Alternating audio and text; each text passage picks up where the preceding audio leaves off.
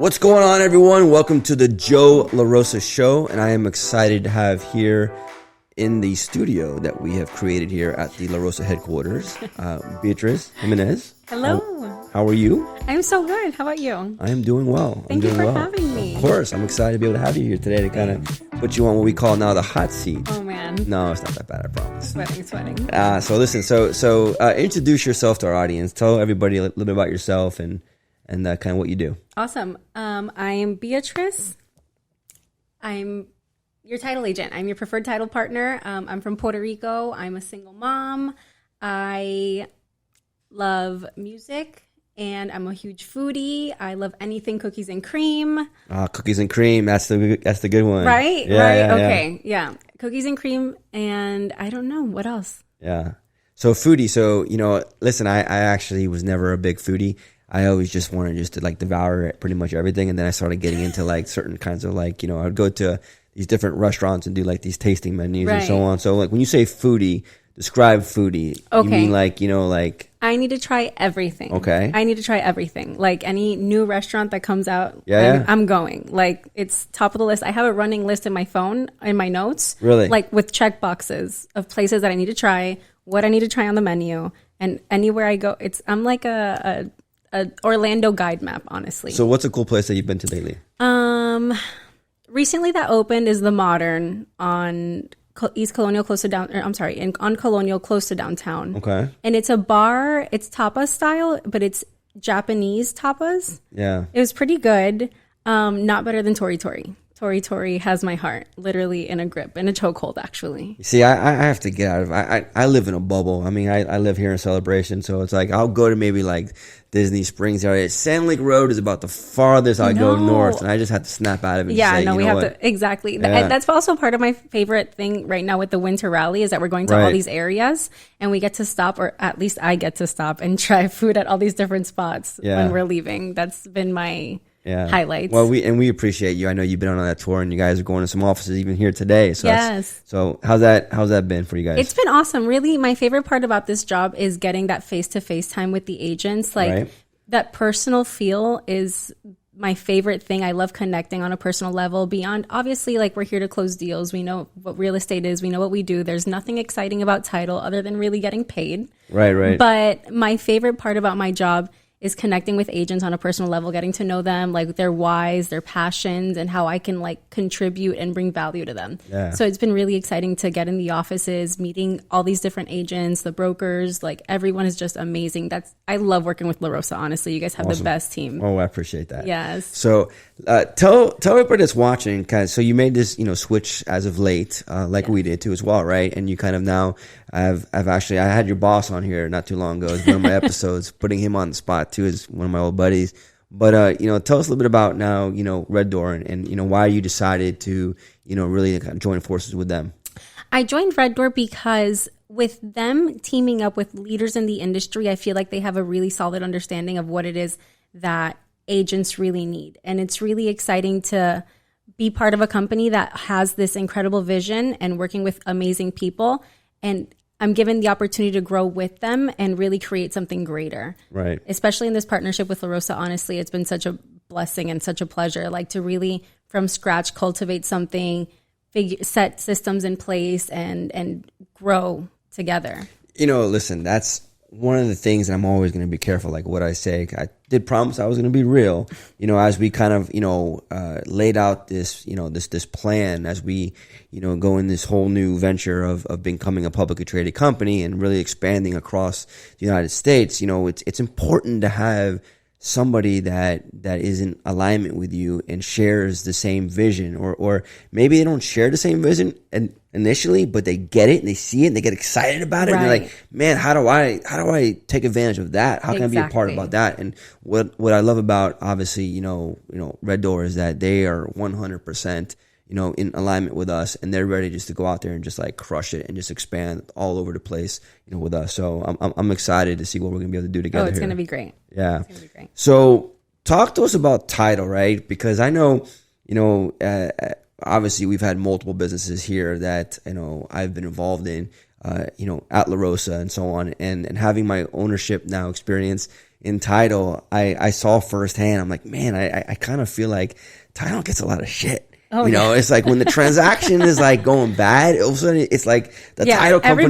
It's your fault. I'm like, well, where's your lender? Exactly. Where's the other agent on the deal? So like, what's that like for you? How do you like balance all of that and kind of like, you know, kind of just stay happy? And because you're always smiling, you're always like, Thank you. You know, people love being around you. How do you deal with all that? I think it's really being sensitive to the fact that buying and selling a house is a huge deal. It's super stressful. It's super intricate.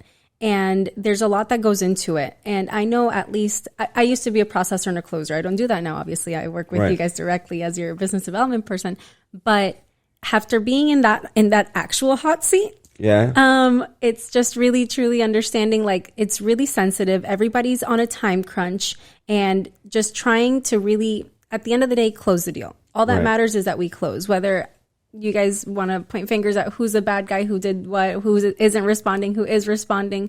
I think that we all have one focus, and it's getting the deal closed. Yeah. But no, it is rough. Sometimes we do get that short end of the stick. We get those calls. We get yelled at. And the thing is that a lot of the times the lender, since you don't see them face to face a lot of the time, depending who your lender is, it's like easy because title, you go into the office for title, like you work with the closer and your processor who are actually working up those files and obtaining a lot of information and have a lot of direct one-on-one contact.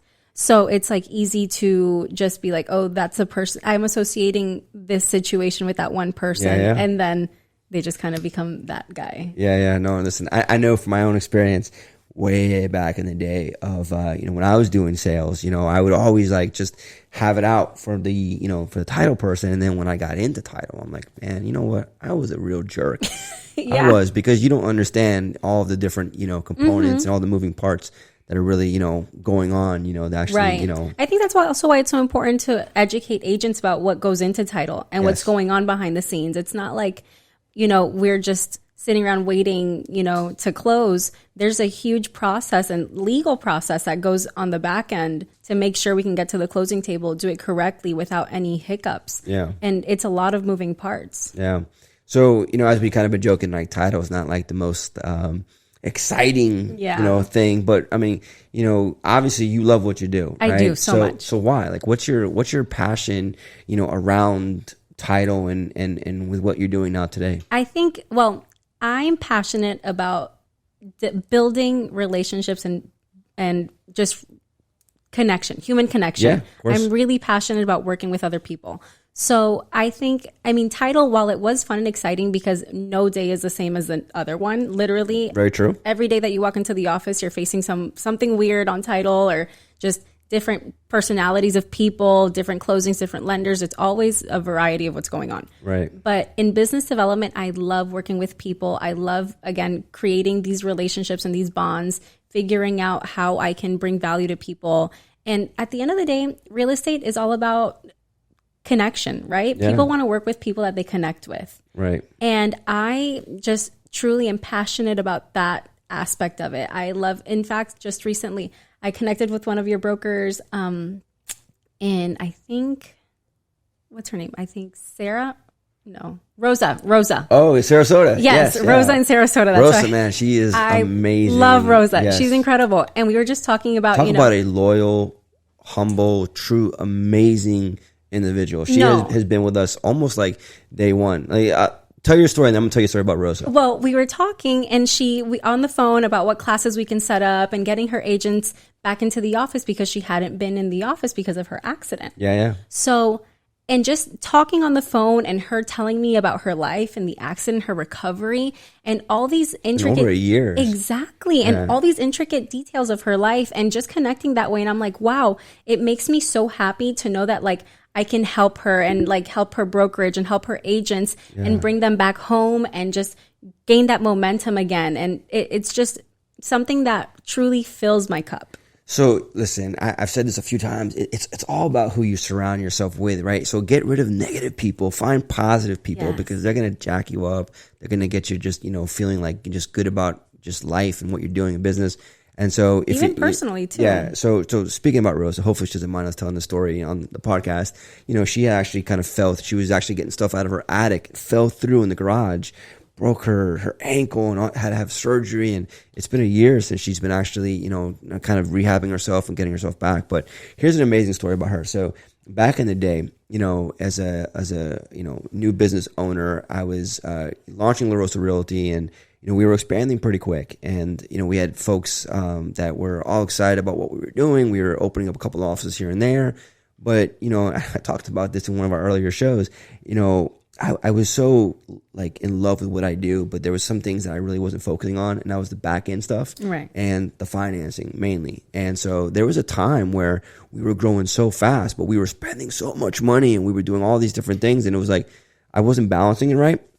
And so I remember we were probably at I want to say 300 agents at the time. So we were still much smaller than what we are today. And I drove down to South Florida because Rosa had opened up an office, and I had agreed to, I wanted her to be able to have that opportunity, and I was going to find a way financially to make it happen and all that good stuff. And so, but I was at the office, with her team, and I was putting on this big rah message, and this and that. But behind the scenes, I was freaking out because financially we were getting in the hole, and we were expanding so much and all that stuff. And I remember I left her office. She was in Kendall down in South Florida. And it's about a 3.5-4 hour drive from her office to up here in Orlando where I am. And I went to the gas station, and I put my credit card in, and it got declined. I'm like, oh crap! I wonder what happened. So I took out the next one, declined. I'm like, oh crap! I only have one more credit card. I'm like, how the hell am I gonna get home? And I remember for me, it was kind of this moment of now I had to drive back 4.5 hours because of South Florida traffic. And I'm driving back, and I was just so down on myself, and just so man, what am I doing? I'm going too fast. Maybe I'm going for these crazy, dreams and goals of mine. Maybe I just need to kind of slow down, and I got to figure out what to do. And so I got back to Orlando, and Rosa had called me, and she was like, hey, I just want to make sure, being the motherly figure that she's always been for me. She's like, hey, I just want to make sure you got back okay, and I appreciate you coming down. I'm like, yeah, great, Rosa. And I kind of just and I very rarely open up other than to my wife, of course. And I opened up to her, and I probably want to say I maybe even got a little emotional, Rosa, I don't know what I'm doing. I think I'm going too fast, and I don't know if we should maybe really do this down in South Florida. I don't know if I have the capital behind me. And she's like, Joe, I believe in you. Wow. Joe, stop acting like, I'm not going to repeat what she said, but she said, stop acting like you can do this.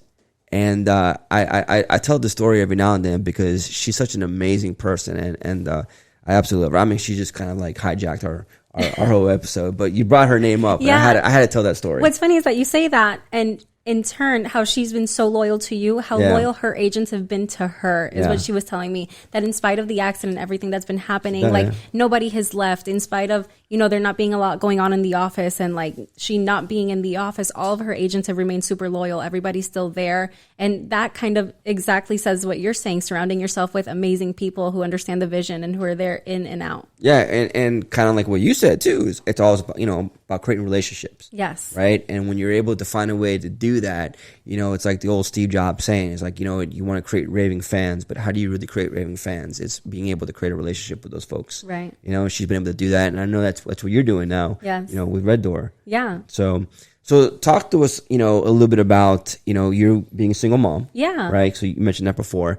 What's that like, right? Because obviously, you have to kind of, we talked before, balancing everything, but, being a single mom and then still being, out there and just growing your business, for Red Door and so on. What's that like? I mean, it's definitely interesting. Yeah. Interesting on most days. Luckily, her dad is very, very active. We do 50-50. So awesome. Half the week she's with him, the other half with me. And then we switch off every other weekend. So I really just try to plan everything around the days that she's with her dad, or the days that I have her. It's calling in all the troops, calling my mom, hey mom, I need you to watch the baby and take care of this. But it's really fulfilling for me to really set an example for my daughter, especially being a single mom to a daughter, of what hard work looks like and that she can do anything, no matter what, that there are no limitations, no excuses. Like, that little girl needs for nothing. She has everything that she needs in this world, and she's just being shown what hard work looks like. Right. Well, that's awesome. Well, I could tell you this. I mean, we've only been working together now for a couple months, but you definitely you're a hard worker. You kick some serious butt. So, I mean, she's got an amazing role model. I appreciate not just it. a mother, but just an amazing role model to look up to, as she gets older. I mean, last time, remember that the one time that we went to Miami it was me and Laverne that went to Miami for... And that was like a last minute thing. Thing the day before. Hey, we need you down to South Florida tomorrow. Exactly. I packed my mom in the car, and along with Layla, we drove to South Florida. We did an overnight. They stayed in the hotel. I made sure to order in pizza, whatever they were taken care of, but I was there. I think, again, it's so exciting for me to be able to not just, work with these agents, but travel to the different offices, go to South Florida, go to North Florida, go meet everyone, and then have Layla watch me do my thing. Like, she's like, oh, mom is working. It's so funny because even now she has a toy laptop. She'll bring it out and she'll be playing on her laptop, and then I'll try to talk to her and she's like, I'm on a meeting. Yeah. Like, I love that. Excuse me. I'm like, all right, girl, you do you. You work. Yeah. But yeah, no, it's really fulfilling. No, listen, and what's so cool about that is, and that's why I love that you're talking about it too, because there's probably some moms and even dads, right? Because I was raising my oldest daughter for a little bit of time before I got married to Dina. It was just me and her, and same situation. We had split custody and everything else, but I was still having to have that balance. And some folks will kind of, I hate to say it, right, but they almost kind of like, make like an excuse, like, well, I can't do this because of that. But where there's a will, there's a way, 100%. Right? And you bring your kids with you. Mm-hmm. I brought my kids, Dina's brought her kids. We've done, all kinds of things just to get obviously the job done. And, what's cool about it is like what you said, they will remember this. And like even the other day I was talking to my son and it was finally, wait till your daughter gets a little older. Cause for me, it was like one of these like proud parent moments where, he was talking to me. He's like, Dad, so let me ask you, I see that you're always in front of people and you have what exactly do you do? And he started getting into like the details as I was kind of giving him a very vague explanation. Right. Thinking like, well, he's going to be 13, so I'm not going to like overwhelm him. I'm just going to give him, whatever. But then he started digging and digging and digging. And then same thing, he's asking about like, well, what does mom do? And so I tried to explain. I said, well, she owns a mortgage company and she, helps folks be able to get, financing. Well, what does that mean? Like, how does she make money? Right. And so I was like, well, just imagine like if you let your friend borrow $1, right? You say, hey, I'm going to give you this $1, but you're going to give me $1.10 back, right? That 10 cents, that interest is how she makes money, and so on. So he's like, oh wow. So I think that's a pretty cool thing when you're a parent and you're having an opportunity to bring your kids with you and so on. So let me ask you this: what do you? So obviously, we talk a lot about kind of current times, yes, right? And so the market has had its little bit of a shift over the last, year or so and so on.